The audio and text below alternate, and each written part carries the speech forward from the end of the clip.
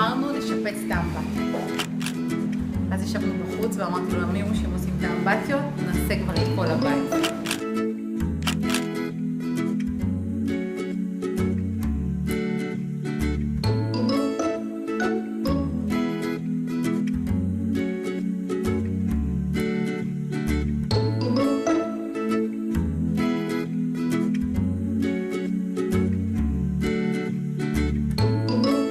מילי, מה המצב?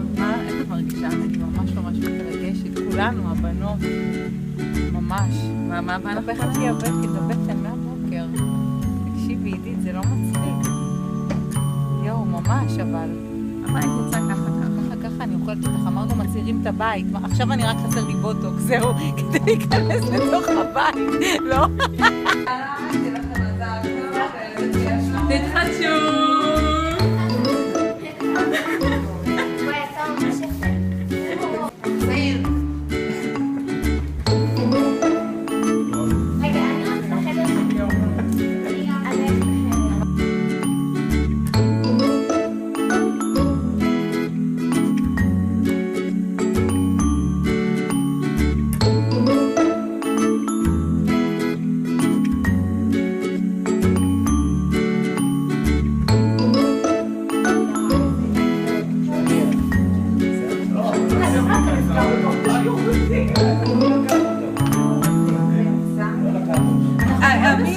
שירותי החתול והכלב, זה כמו בר תל אביבי כזה, נכון?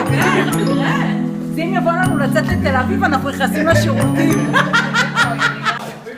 אמא! בוא נראה את של גיא, תמיר בו. 3, 4. וואו, גיא, איזה צבעוני ויפה, גיא צ'וק. זה בדיוק בשביל גיא, נכון?